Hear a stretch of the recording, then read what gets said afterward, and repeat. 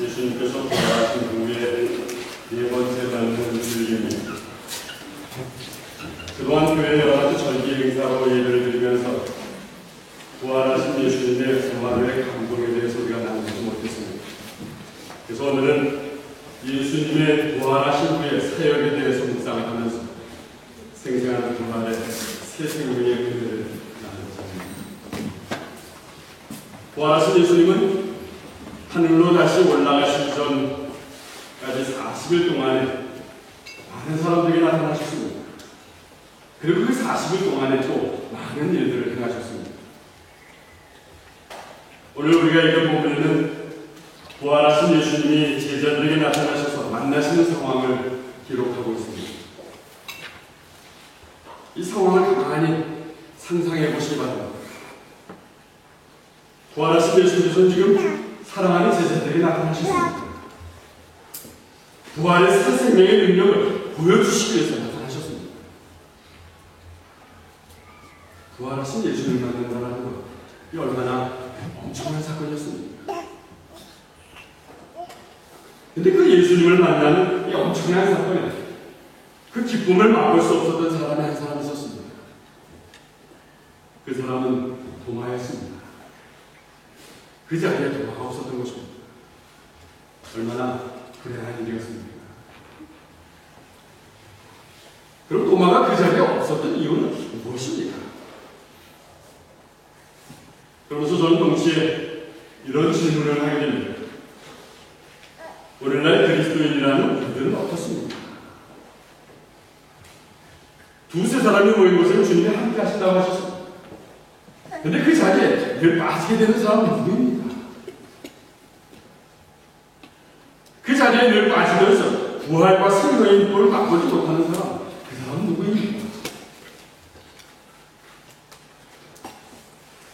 오늘 본문의 말씀을 통해서 몇 가지 이유를 생각해 보겠습니다. 그러면서 오늘 우리들의 모습을 한번 비추어 보기를 소망합니다. 먼저 예수님의 부활의 기쁨을 맛보지 못한 도마의 이런 불행은 도마가 다른 제자들과 함께 있지 않았을 때의 생겨진 것입니다. 요한은 오늘 본문에서 이렇게 기록하고 있습니다. 24절을 보겠습니다. 같이 읽어봅니다. 12제자 중에서 디도모라는 별명을 가진 도마는 예수님께서 오셨을 때 다른 제자들이 있던 그 자리에 있었습니다. 오늘 본문은 당시 부활하신 예수님이 나타나셨을 때 도마가 다른 제자들과 함께 있지 않았던 사실을 강조합니다. 다른 제자들이 있던 그 자리에 없었습니다.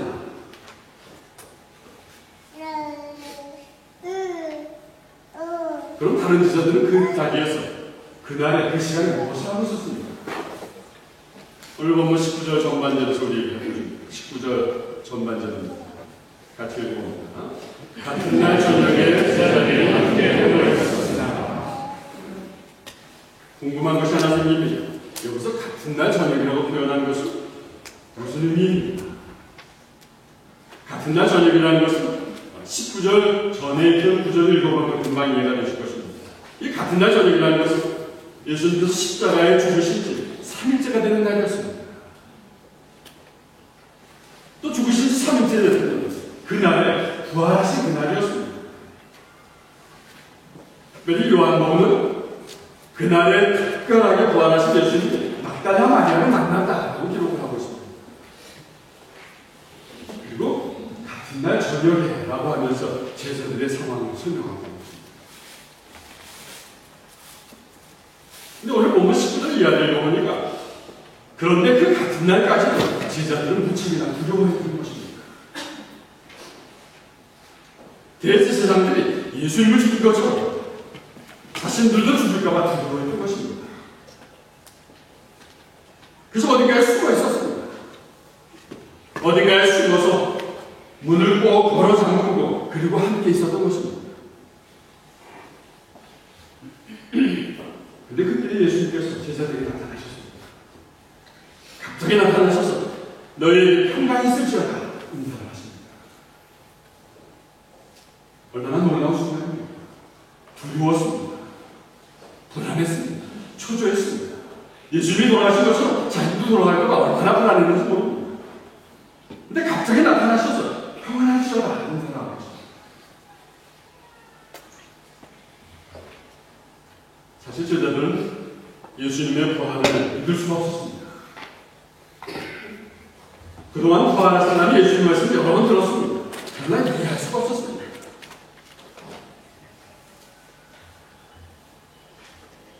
결국 제자들은 예수님께서 힘없이 십자가에서 돌아가셨다.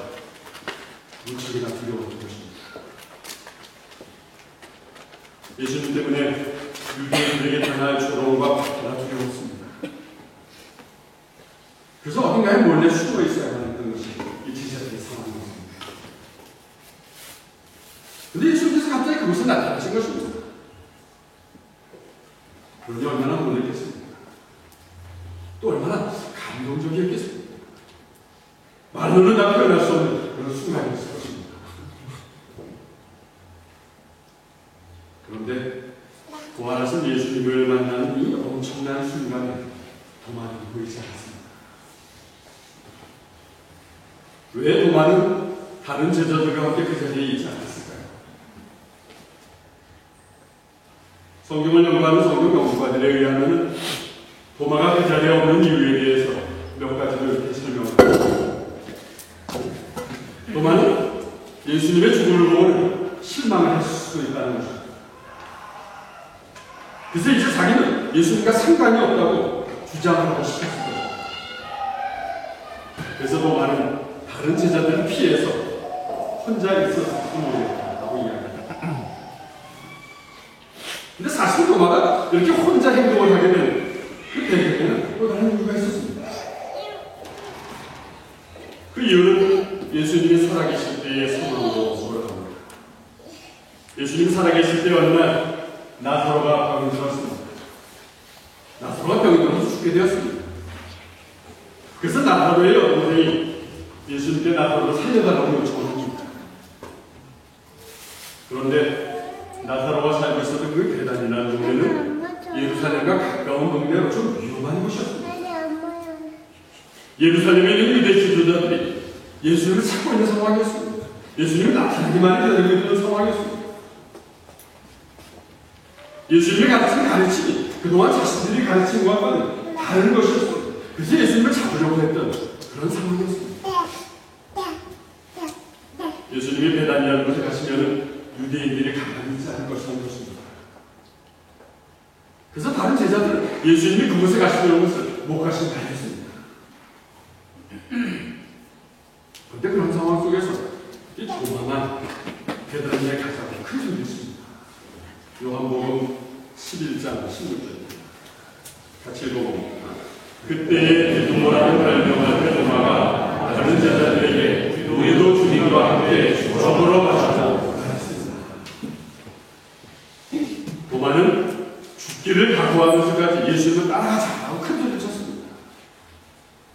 나사로가 죽는다는데 무엇이 그 베다니에 가자. 다른 제자들은 못 가게 말리는 도마만 가져가 큰 소리를 칩니다. 이 혼자서만 굉장히 용기 있는 사람처럼 큰 소리를 치고 있는 것입니다. 이 혼자서만 예수를 위하고 이 혼자만 배짱 있는 사람처럼 행동을 하고 있는 것입니다.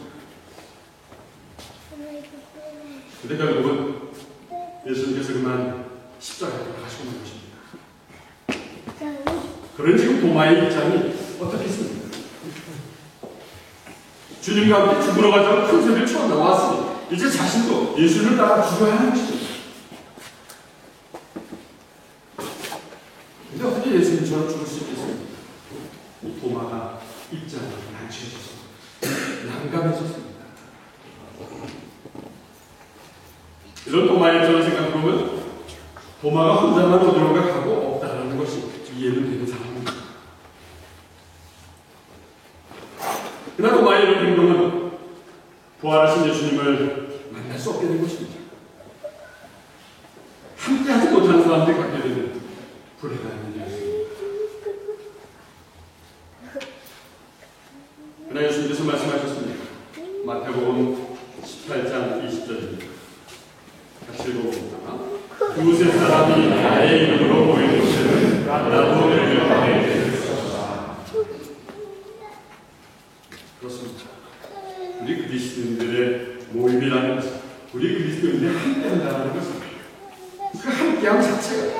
자체가 아주 중요한 의미가 있다는 것입니다. 그 모임을 통해서 우리가 예수님을 만날 수 있다는 것입니다. 예수님의 이름으로 모인다는 것은 무엇을 의미하는 것입니까? 예수님의 이름으로 모인다는 것은 우리가 모여서 예수님의 이름으로 기도하는 것을 말합니다. 우리가 모여서 말씀을 나누는 것을 말하는 것입니다. 우리가 모여서 우리 삶에 보여주신 예수님의 은혜를 나누는 것입니다. 우리가 모여서 우리 삶에 있는 아픔도 나누는 것입니다. 또 우리 삶에 있는 기쁘고 감사한 일도 나누는 것입니다. 그럴 때 예수님께서 말씀하십니다. 그럴 때 나도 그들 중에 있습니다. 우리가 함께 나누는 아픈 가운데 주님이 함께 하시면서 치유해 주신다는 말씀입니다. 우리가 함께 나누는 기도의 제목들을 예수님께 들으시면서 해결해 주신다는 말씀입니다. 우리가 함께 나누는 감사와 기쁨을 예수님께서 받으시면서 예수님과 함께 기뻐하신다는 것입니다.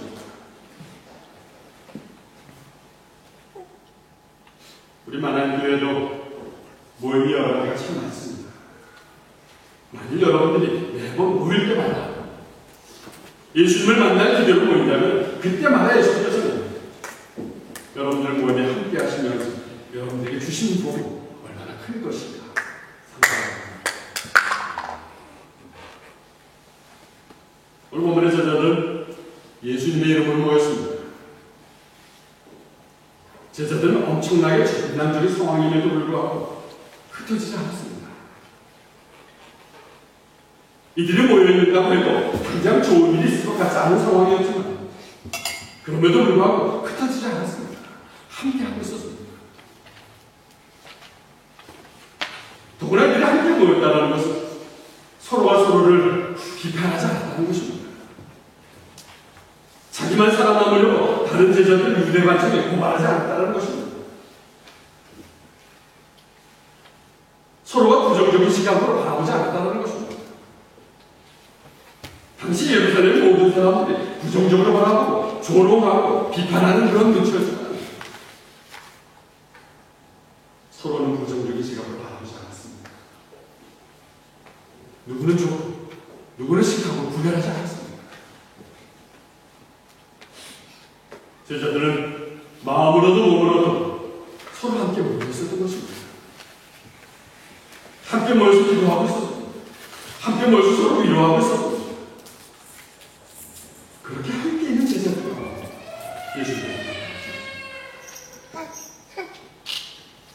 예수님께서는 제자들에게 나타나서 말씀하셨습니다. 너희에게 평강이 있을지어다. 아버지께서 나를 보내신 것 같이 나도 너희를 계속 보내겠다. 그러면서 제자들 그냥 보내시지 않으십니다. 오늘 본문의 22절을 봅니다. 같이 읽어봅니다. 이 말씀을 가지고 그들을 향해 눈을 주시고 말씀하셨습니다. 성령을 받아. 이 22절의 상황을 가만히 생각해 보십시오. 예수님께서는 다락방에 모인 제자들에게 웃음을 내십니다. 예수님의 숨이 다락방 공간이 가득 채워갑니다. 예수님의 숨은 제자들이 두려워하고 불안했던 것을 없애준 평안의 숨이었습니다. 이 예수님의 숨은 죽은 사람도 살리는 생명의 숨이었습니다. 이 예수님의 숨은 성령의 숨이었습니다. 숨을 쉬면서 성령을 받았습니다.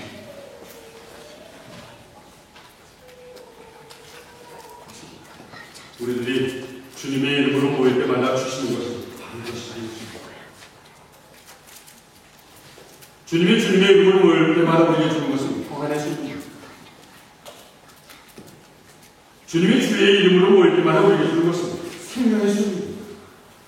성령의 숨입니다. 모일 때마다 예수님이 주신 이 숨을 우리가 마시게 되는 것입니다.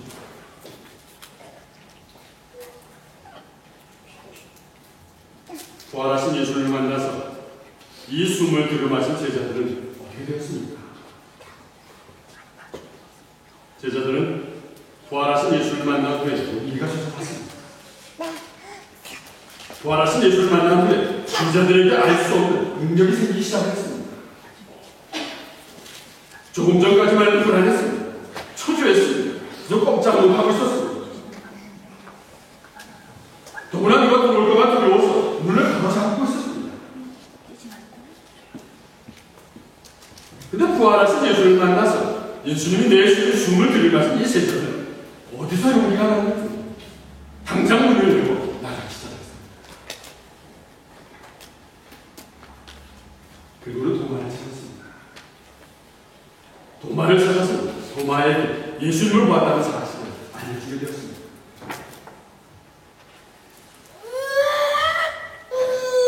이제 도마가 어떻게 반응했습니까? 도마는 다른 제자들이 전하는 그 사실을 믿지 않았습니다. 도마야, 도마야, 예수님 정말 부활하셨다. 예수님 우리에게 찾아오셨단 말이야. 그 사실을 믿지 않았습니다. 너희들이 보았어도 나는 보지 못했기 때문에 나와는 상관이 없다. 너희들은 보았어. 내가 예수님의 상처에 손을 직접 넣어보지 않고 나는 절대로 믿을 수 없다. 도마는 고집을 피우고 있었습니다. 그러나 제자들은 그런 도마를 설득하기 시작합니다.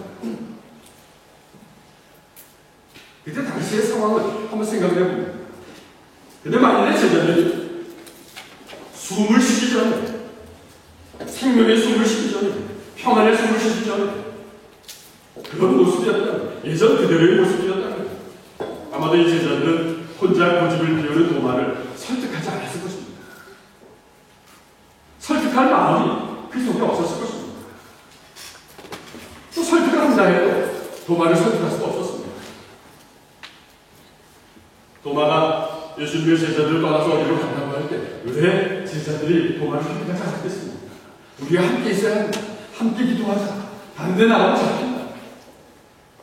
위험한 일을 당할지 모르겠다. 왜 제자들이 도마를 설득하지 않았겠습니까?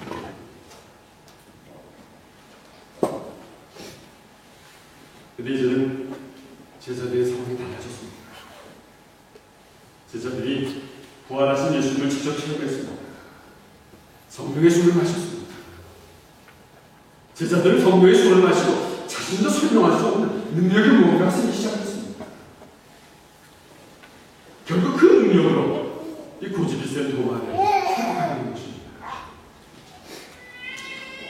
오늘 보면 26절에 보면 부활하신 예수님께서 처음 제자들에게 나타나신 지 일주일이 지나서 도마도 다른 제자들과 함께 그곳에 있는 것을 보게 됩니다.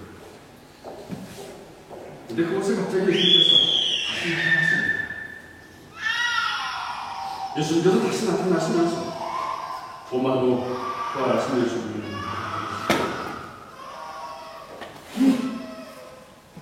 이 사실이 오늘 우리에게 주는 도전은 무엇입니까? 우리 주변에도 모이기를 싫어하는 사람들이 있습니다. 모이기를 귀찮아하는 사람들이 있습니다. 또 모이는 모임에 의미가 없다고 하는 사람들이 있습니다.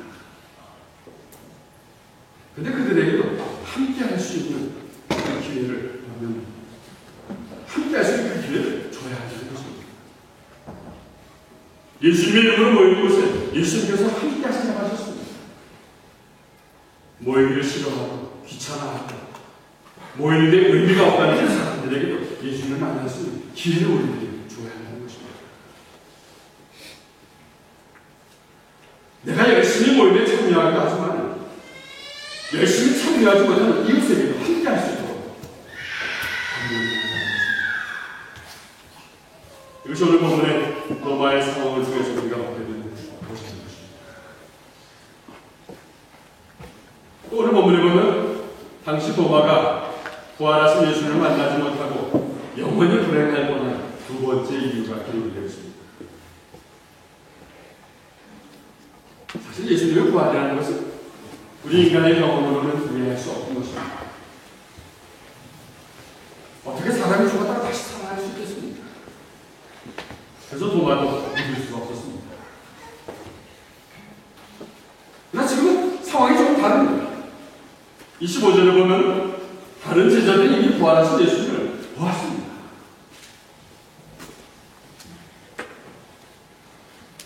부활하신 예수를 본 제자들은 도마에게 이야기합니다. 우리들이 정말 부활하신 예수를 보았다. 너도 우리가 함께 있으면 예수를 보게 될 것이다.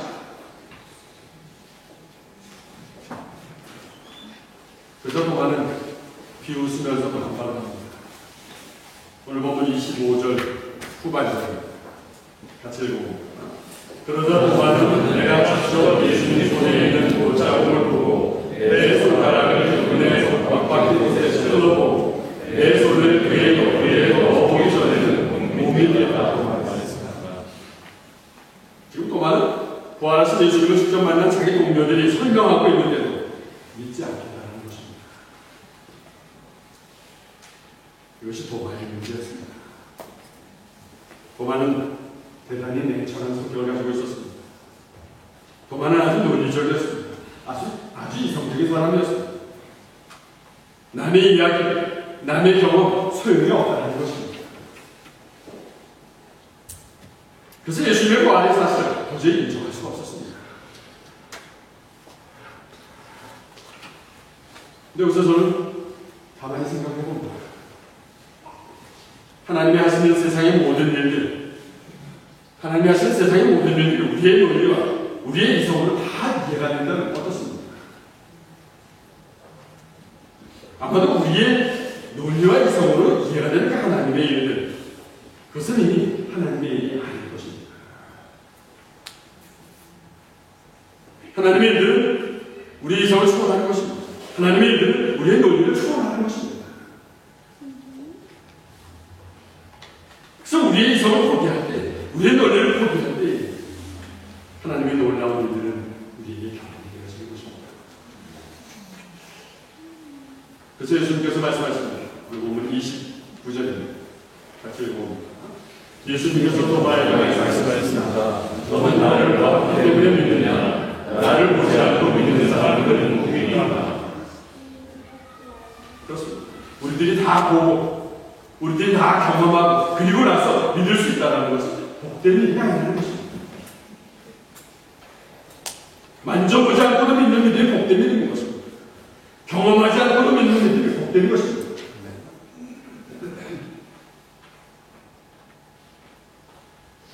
근데 오늘날 우리들의 믿음의 모습이라는 것은 어떻습니까? 우리는 예수님의 이런 말씀을 잘 압니다. 나를 보지 않고 믿는 사람 복이 있다. 이 말씀을 잘 알면서도 우리는 늘 어떤 기적을 우리 눈으로 직접 보고 싶습니다.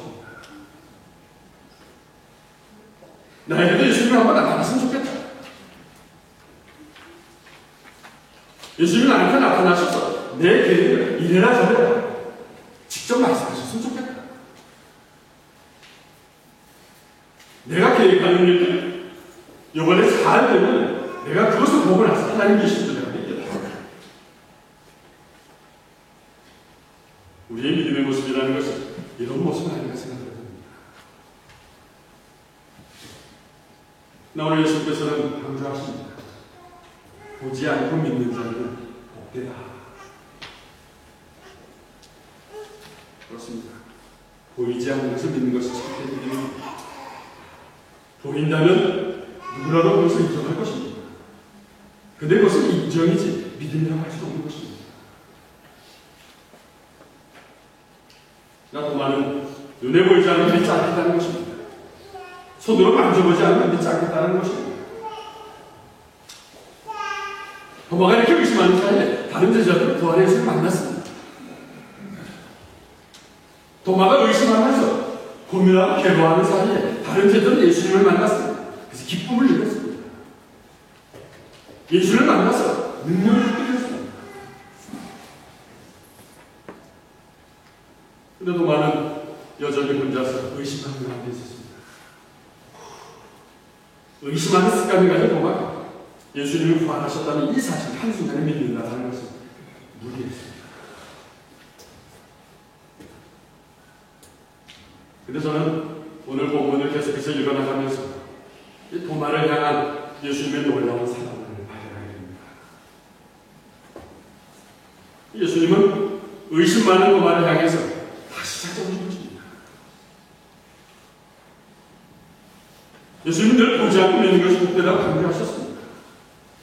그렇지만 그래도 도마를 위해서 다시 나타나는 것입니다. 어쩌면 저는 오늘 다시 나타난 예수님의 마음을 이렇게 생각해봤습니다. 도마를 만나면서 예수님께서는 이런 계획까지 하시는지도 모르겠습니다. 도마가 참 의심을 많았습니다. 그렇게 의심 많은 도마가 예수님의 부활을 확실하게 고백하게 되면 어떨까 하는 상황입니다. 의심 많은 도마가 예수님을 확실하게 고백을 하게 된다면 그것보다 더 강력한 믿음의 증언, 부활의 증언이 어디 있을까 하는 것입니다. 아마도 예수님께서는 이런 계획까지 하십니다. 사랑하는 마음으로 도마에게 다시 나타나실 것입니다. 이렇게 의심 많은 도마가 믿을 수 있다면 이 세상 그 누구도 믿을 수 있다는 희망입니다.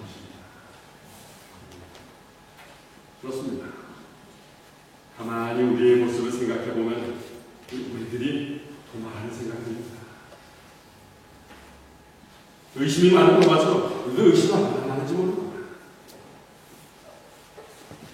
도대체 믿지 않는 도마처럼 우리도 도대체 믿으려고 하지 않습니다. 그동안 함께 동고동락했던 제자들이 예수를 만났다고 하는데 내가 보지 않고 믿을 수 없다고 얘기합니다.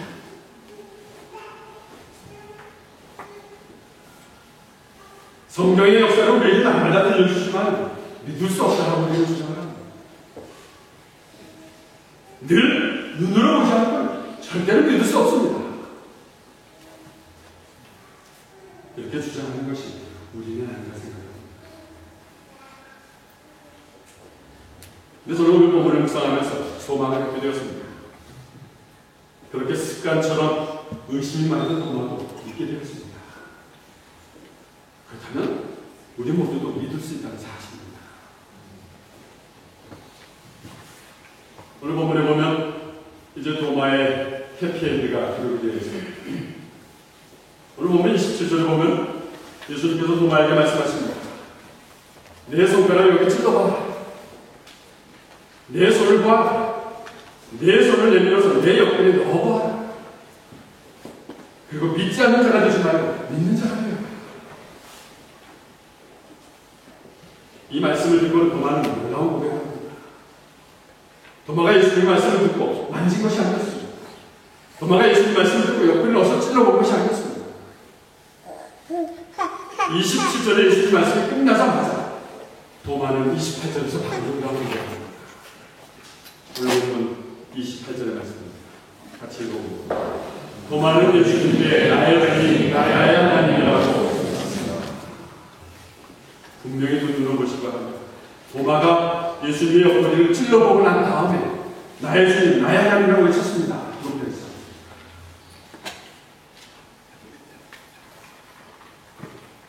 도마는 이제 예수님이 하나님이신 것을 깨달았습니다.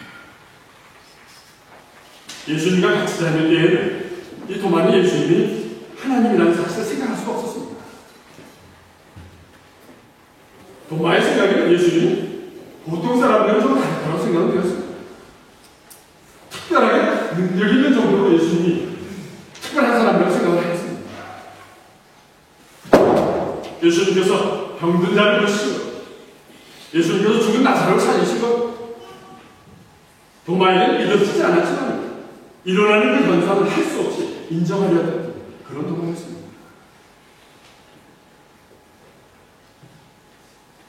인간인 예수님께서 대단한 일을 하신다고 많이 생각했습니다. 그 이상도 그 이하가 아니었습니다. 근데 이제야 비로소 도마는 예수님이 하나님이신 것을 깨달았습니다. 죽음을 생명으로 바꾸시는 분은 하나님밖에 없었습니다. 예수님이 바로 그 하나님이신 것을 깨달았습니다. 그것도 나의 하나님입니다. 나의 하나님이 예수님 것을 깨닫게 하는 것입니다. 죽음을 이기신 새 생명이 되신 이 능력의 하나님이 나의 하나님이십니다. 이 사실이 확실해진 것입니다. 그렇습니다.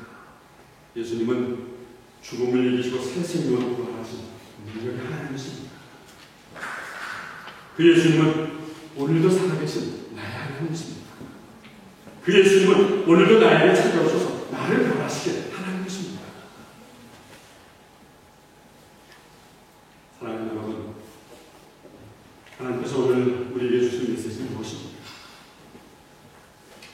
그동안 여러분들이 혹시 오늘 본문에 등장하는 도마와 같이 의심 가운데 있지 않았습니까? 우리는 교회에 다니는 사람들이라고 이 자리에 와야 된답니다. 예배를 드린다고 이 자리에 나와야 된답니다. 그런데 하나님의 말씀이 논리적이지 않다고 의심하지 않았습니다. 하나님의 말씀이 너무 비현실적이라고 실망하지 않았습니다. 하나님의 말씀이 너무 과학적이지 않다고 따지지 않았습니다. 더구나 하나님의 말씀에 기록된 이 놀라운 능력의 사건들이 여러분들에게는 직접 경험되지 않다고 했습니다. 그동안 그 사실들을 황당무계한 것으로 비웃고 있지는 않으셨습니다. 혹시 그런 것이 있었다면 여러분들이 이 시간에 다 내려놓으시기 바랍니다. 나의 이성 내려놓으시기 바랍니다. 나의 논리적인 사고 내려놓으시기 바랍니다. 나의 합리적인 것들 내려놓으시기 바랍니다. 또 나의 세상적으로 뛰어난 생각, 뛰어난 지식들 내려놓으시기 바랍니다. 그동안 나의 눈에 보여줬던 경험들 그것도 내려놓으시기 바랍니다.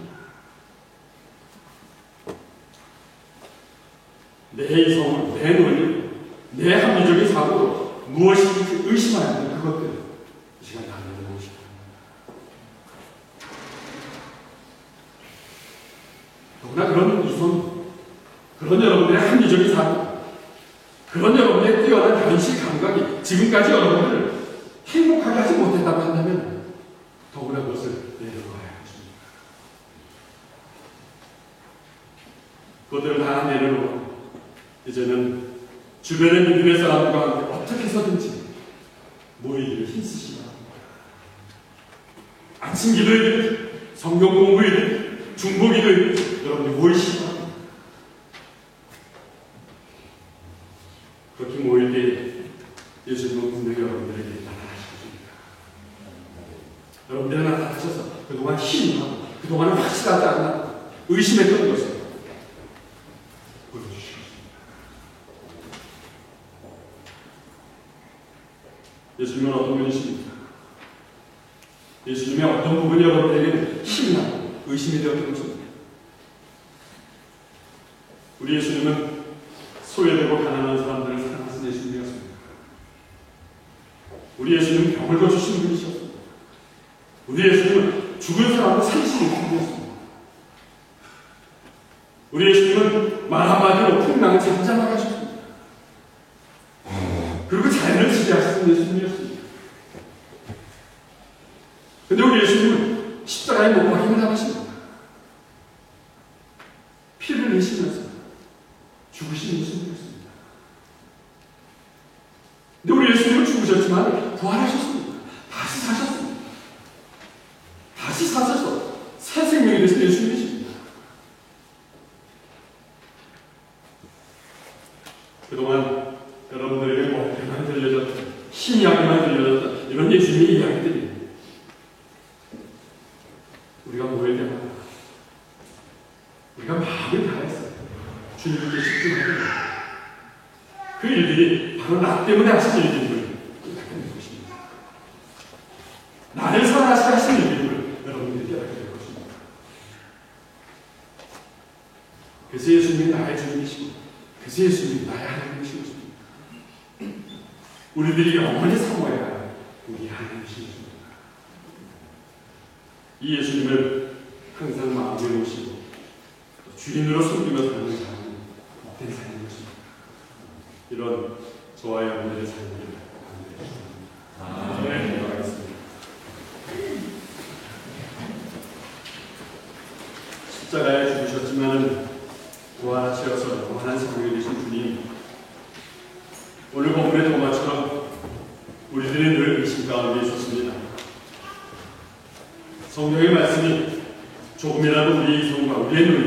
이해되지 않는 것이면 믿을 수 없는 것으로 우리도 주장하였습니다. 믿을 수 없다고 의심하는 것이 바로 우리의 모습이었습니다. 그러나 그런 우리도 사랑하신 주님, 우리에게도 가까이 오신 주님, 감사를 드립니다. 우리에게도 가까이 오셔서 숨을 내쉬면서 성령을 받아가신 주님, 주님이 함께 하시는 곳에는 어느 곳이든지 주님의 이름으로 모이기를 소원합니다. 주님의 이름으로 모여서 주님이 주시는 생명의 숨으로 살아가도록 우리를 도와주시옵소서. 이 시간 우리도 그래서 주님이 나의 주님이시고 그래서 주님이 나의 하나님이십니다 고백합니다. 이제 우리의 살아가는 순간순간 주님의 놀라운 은혜와 우리 마음에 드는 평안을 갖게 주시옵소서. 예수님의 이름으로 기도드렸습니다. 아멘.